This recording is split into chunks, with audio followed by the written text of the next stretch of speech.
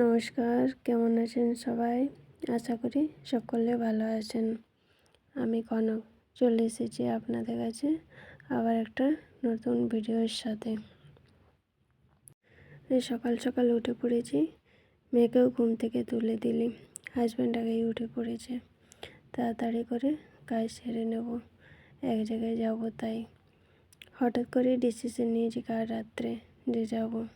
তাই আর সকালবেলা মেয়েকে স্কুলে পাঠাচ্ছি না, তাড়াতাড়ি করে বিছানা গুছিয়ে নিই। আপনারা সঙ্গে থাকুন। চলুন, এই ব্ল্যাঙ্কেটটা গোছাতে আমার যা কষ্টটা হয় না, কি আর বলবো।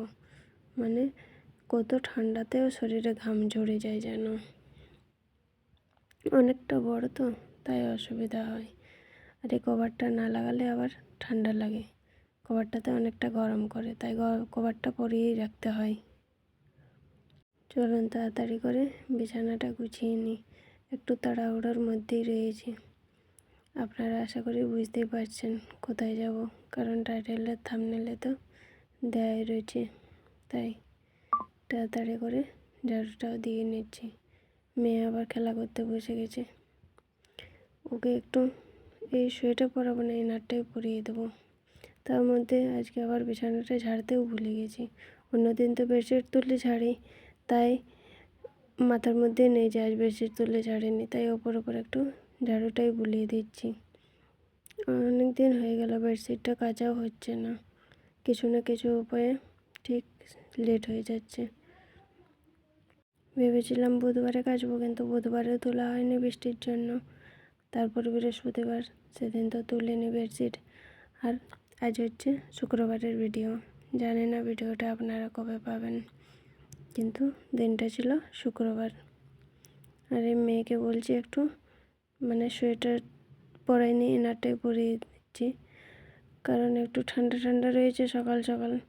আর এদিকে ঠান্ডাতে এত তাড়াতাড়ি যায় না, তাই মেয়ে আবার ওইবারে উল্টো করা ছিল তো বুঝতে পারেনি, তাই আবার ঘুরে নিয়ে এলো আমার কাছে পরানোর জন্য। চলুন ওকে তাড়াতাড়ি করে পরিয়ে দিই। একটু পরে স্নান করে দেবো, কিন্তু যতক্ষণ না স্নান করছে তার আগে একটু সোয়েটারটা পরিয়েই দিলাম, নয়তো আবার ঠান্ডা লেগে গেলে কাশি হয়ে যাবে। সামনে আবার এক্সাম, তা একটু টেনশনেও হয়। কয়েকদিন ধরে মনটা খুব একটা ভালো ছিল না, খারাপ খারাপ। তাই হঠাৎ করে কাল রাতে ডিসিশন হয়েছে যে একটু যাব। তাই একটু সকাল সকাল কাজ করে নিচ্ছি, তাড়াতাড়ি বেরিয়ে পড়বো। আজকে তো রান্না বান্না করবো না, তাই একটু ঝাড়ু মোছা আর স্নান করে নেবো, জামা কাপড়ও কাচবো না। এসে যদি তাড়াতাড়ি চলে আসতে পারি তাহলে কেচে নেবো, নয়তো আবার কালকে তখন কাচবো। দেখা যাক কি হয় এখন।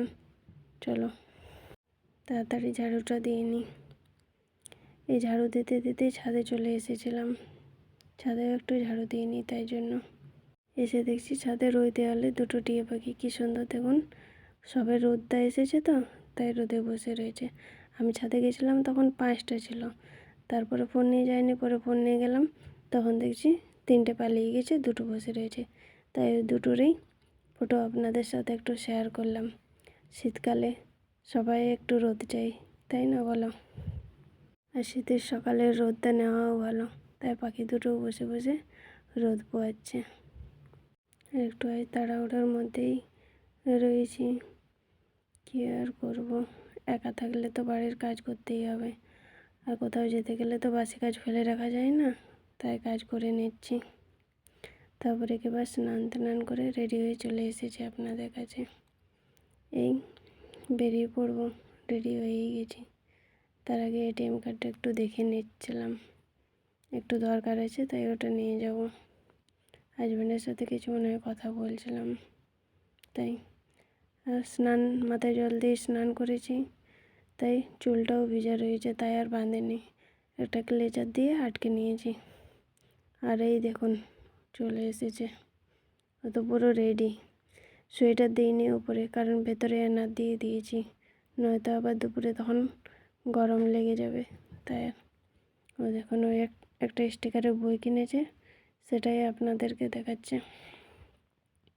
অনেকটা লেট হয়ে যাচ্ছে, তাই ওকে বলছি একটু তাড়াতাড়ি করতে। এই বেরিয়ে পড়লাম। দরজাতে তালা দিয়ে দিই। হাজব্যান্ড আর মেয়ে তো সিঁড়ির দিকে চলে গেছে। দরজার তালা দিয়ে ঠাকুর ঠাকুর করে বেরিয়ে পড়ছি, কারণ অনেকটাই লেট হয়ে গেছে। অন্যবারে যখন যাই তখন 7টার মধ্যে আমরা পৌঁছে যাই, এবারে আমাদের বাড়ির থেকে বেরোতেই প্রায় 9টা বেজে গেছে। এই রাস্তাতে বেরিয়েছি, আর এই হাজব্যান্ড ট্রেনের দেখে যাচ্ছিলো যে যদি ট্রেন পাওয়া যায় তাহলে ট্রেনেতেই যাব, নাহলে আবার বাসে যাব। মেয়ে আবার বলছিল বাসে যাব, কিন্তু না, ট্রেন স্টেশনে চলে এসেছি যদি ট্রেন পাওয়া যায়। টাইম ছিল কিছুক্ষণ তাই, আর আমাদের বাড়ির থেকে 5 নম্বর প্ল্যাটফর্মটাই সামনে, তাই আমরা 5 নম্বর প্ল্যাটফর্মের পাশেই আসি। 1 নম্বর প্ল্যাটফর্মটা একটু ঘুরে আসতে হয়, ওটা অনেকটা লেট হয়ে যায়। এখন এসেছি 1 নম্বর প্ল্যাটফর্মের কাছে। এই দিকটাতে দেখুন পানিপথ স্টেশনটা কেমন। আর এই যে এটা হচ্ছে টিকিট ঘর। হাজব্যান্ড টিকিট কাউন্টারে চলে গেছে ও টিকিট করতে। আর ট্রেন দাঁড়িয়ে রয়েছে, তাই একটু তাড়াহুড়োর মধ্যেই আছি, যদি ছেড়ে দিই 2 মিনিটই বাঁচা ছিল। আর এই চলে এসেছি ট্রেনে। ট্রেন আজ খুব একটা ভিড় নেই। আমরা সাধারণত ট্রেনে মানে লোকাল ট্রেনে এদিকে যাইনি খুব একটা, যতবার গেছি বাসের মধ্যেই গেছি। আজই প্রথমবার ট্রেনে যাচ্ছি। তাই দেখুন 1-2 মিনিটের মধ্যে আবার ট্রেন ছেড়ে দিয়েছে। জানালার পাশে দেখুন কত সুন্দর সবুজে সবুজ, মানে পানিপথ সিটিটা পেরিয়ে গেছে, তারপরেই সবুজে সবুজ চালু হয়ে গেছে। কত সুন্দর লাগছে তাই না? এগুলো কি বলুন তো, এগুলো হচ্ছে সব গম, আর ওই যে হলুদ হলুদ দেখাচ্ছে ওগুলো হচ্ছে সর্ষে। এদিকে গম আর সর্ষের চাষটা খুব বেশি হয়। এরকমই সিটির থেকে বাইরে খুব একটা বেরোনো হয় না, তাই আর এই পরিবেশটাও দেখা হয়নি। আর এগুলো হচ্ছে বাজরা। আগে আমি ভাবতাম এগুলো হচ্ছে ভুট্টা, তারপর হাজব্যান্ডকে জিজ্ঞেস করতাম, সে বললো না এগুলো ভুট্টা না, এগুলো বাজরা, একদম ভুট্টা গাছের মতোই দেখতে। তারপরে ভিডিও করে নিই। কিছুক্ষণ পর স্টেশনে চলে এসেছি। এটা কোন স্টেশন বলুন তো? এটা হচ্ছে সামালখা। এই যে সামালখা জংশন নয়, ছোট্ট লোকাল স্টেশন, সেখানেই নেমে পড়েছি। দেখুন সব রিক্সাওয়ালাগুলো একদম দাঁড়িয়ে গেছে। সব স্টেশনের পাশেই এরকম হয়, সব রিক্সাওয়ালা ঘিরে নেই। আমরা ওখানে রিক্সা নিইনি, রোডে এসে একেবারে রাস্তাতে নিয়েছি। আর এই সামনের দিকে করে বসেছি, পেছন দিকে বসিনি, কারণ রাস্তা একটু মানে গিয়ে নিয়ে খুব অবস্থা, তাই সামনের দিকে বসেছি। দেখুন চলে এসেছি আমরা কোথায়? চুলকানা ধাম, খাটু শ্যাম বাবার কাছে। যখনই মন খুব অশান্তি হয় তখন মাঝে মধ্যেই আসি খাটু শ্যাম বাবার কাছে, মনটা একটু শান্তি করার জন্য। আমরা তো ভগবানে বিশ্বাসী, তাই ভগবানের কাছেই আসি। আর এই যে আমার হাতে প্রসাদ, আর মেয়ের হাতে রয়েছে শ্যাম বাবার প্রিয় ফুল গোলাপ, আর হাজব্যান্ডের কাছে রয়েছে জোতবাতি। এই যে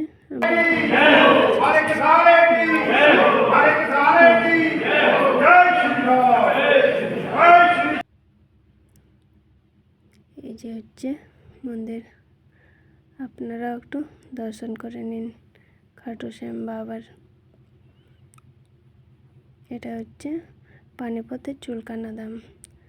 আর এই যে ওখানে ভালো বোঝানো যাচ্ছিল না, তাই সামনে এই ফটোটা লাগিয়ে দিয়েছিলাম। মন্দির আজ অনেকটাই ফাঁকা, ছুটির দিন হলে না বাবারে প্রচণ্ড লাইন। আর এখানে এসেছি, এখানেই জোতবাতিটা সবাই জ্বালাই, তাই আমিও জ্বেলে নিচ্ছি জোতবাতি। এই যে আজকে না একদম মন ভরে খাটু শ্যাম বাবার দর্শন করেছি। আর এখানে বসেছিলাম। আর এই দেখুন এই গাছটার অনেক অনেক বড় কাহিনী। এটা মহাভারতের গল্প তো, তাই অনেক বড় কাহিনী আছে। আজকে আর বললাম না এই কাহিনী, আপনারা ফোনে সার্চ করে দেখবেন খাটু শ্যাম বাবা চুলকানা ধামের এই গাছটার গল্প। অনেক বড় কাহিনী আছে মহাভারতের মধ্যে। মন্দিরের চত্বরটা দেখুন কত সুন্দর সাজিয়েছে। এটা হচ্ছে খাটু শ্যাম বাবাজির কী বলে কুণ্ড, জল ওপর পর্যন্ত থাকে না, ওই নিচেই একটুখানি থাকে, কিন্তু দেখতে খুব সুন্দর লাগে। এই দেখুন, এখানে মেয়ে আর হাজব্যান্ড বসে আছে। এখানে সবাই এসে পুজো করে একটুখানি বসে মনটা শান্তি করার জন্য। তাই আজকে আবার দুটো বিয়ে ছিল এখানে। এই দেখুন, এদিকের লোকেরা বিয়ের সময় দেখুন চুলে কি এটা বেঁধেছে, দেখতে বেশ ভালো লাগে। জানি না বাবা ভারী লাগে কি না। এদিকে দেখি বিয়ে বাড়িতে এগুলো লাগাই। তারপর পুজো করে চলে এসেছি আমাদের পেট পুজো করতে। সকালবেলার থেকে তো কিছু খেয়েছিলাম না, কারণ পুজো দেবো ভেবে তাই। আর এই যে আমরা নিয়েছি ছোলে ভটোরে, আমি আর হাজব্যান্ড, আর মেয়ে নিয়েছে কড়ি চাউল। ওর কড়ি চাউল খুব পছন্দ, তাই আমার থেকে একটু ছোলে ভটোরা খেয়েছে আর কড়ি চাউলও খেয়েছে একটুখানি। দুজন মিলে আমরা ভাগাভাগি করে খেয়ে নিয়েছি। এই যে দোকান দেখছিলাম। তারপর আর ভিডিও করিনি, অনেক টায়ার্ড হয়েছিলাম, কারণ ট্রেন 2 ঘন্টা লেট ছিল। তাই স্টেশনে বসে বসে পুরো টায়ার্ড হয়ে গেছিলাম। এসে একেবারে সন্ধেবেলাতে ফ্রেশ হয়ে সব কিছু করে একটু রেস্ট নিয়ে চলে এসেছি চা বানাতে। আজকে দুধটা গরম করে যায়নি, ফ্রিজে রেখে দিয়েছিলাম, তাই দুধটা গরম করে নেব আর একটু চা বানিয়ে দেবো। কারণ অনেকক্ষণ জার্নি করেছিলাম, মাথাটাও ধরে রয়েছে। এমনিতে খুব একটা চা খায় না, যখন মাথা ধরে যায় তখন একটুখানি হয়তো হাজব্যান্ডের সঙ্গে খাই, সেও ও বাড়ি থাকলে, একা একা কোনো দিন খাইনি। তাই ভাবলাম একটু চা বিস্কুটে খেয়ে নিই, তারপর আবার রান্না বসাতে হবে। দিনের বেলা ভাত খাইনি, রাত্রে একটু ভাতই বানাবো। তো গরম করে দিচ্ছি, মেয়ে যদি খায় খাবে, না হলে না খাবে। কারণ আজ বাইরের খাবার খেয়েছে, ওর বাইরের খাবার খেলে একটু হজমের অসুবিধা হয়, তাই আজ দুধ দেবো না ভাবছি। যদি বিস্কিট খাই, আমার সাথে চায়ের সাথে একটু ভিজিয়ে খেয়ে নেবে, তাহলেই হয়ে যাবে। যে দুধ গরম করে নিয়েছি, আর এই পাশে ভাত আর আলু সিদ্ধের জন্য বসিয়ে দিয়েছি। তো বন্ধুরা, আমার ভিডিও আজকে কেমন হয়েছে অবশ্যই আপনারা কমেন্টের মাধ্যমে জানাবেন। ভিডিও তো প্রায় শেষের পথে, সবাই ভালো থাকবেন। আর যদি কখনো দিল্লি বা এই কুরুক্ষেত্র থেকে ঘুরতে আসেন, তাহলে একবার খাটু শ্যাম বাবার দর্শন করবেন। অনেক অনেক দূর থেকে আসে, দেখবেন আপনাদেরও মনটা অনেকটা শান্ত হবে। সবাইকে বলছি না, যারা ভগবানে বিশ্বাস করেন তাদেরকে বলছি। সবাই তো অনেকে আছে যারা ভগবানে বিশ্বাস করে না, তাই না? ভিডিও তো প্রায় শেষের পথে। আমার ভিডিও কেমন লাগছে অবশ্যই আপনারা জানাবেন। আর সবাই ভালো থাকবেন, সুস্থ থাকবেন। এই যে চা ঢেলে নিয়েছি আর বিস্কুটও নিয়ে নিচ্ছি। কেমন হয়েছে ভিডিওটা, আর কে কোথার থেকে জানাচ্ছেন সেটাও জানাবেন। আর যদি ভালো লাগে একটা লাইক সাবস্ক্রাইব করে দেওয়ার অনুরোধ রইল। আমার পাশে থাকবেন আর সবাই ভালো থাকবেন। আগামীকাল দেখা হবে নতুন একটা ভিডিওর সাথে।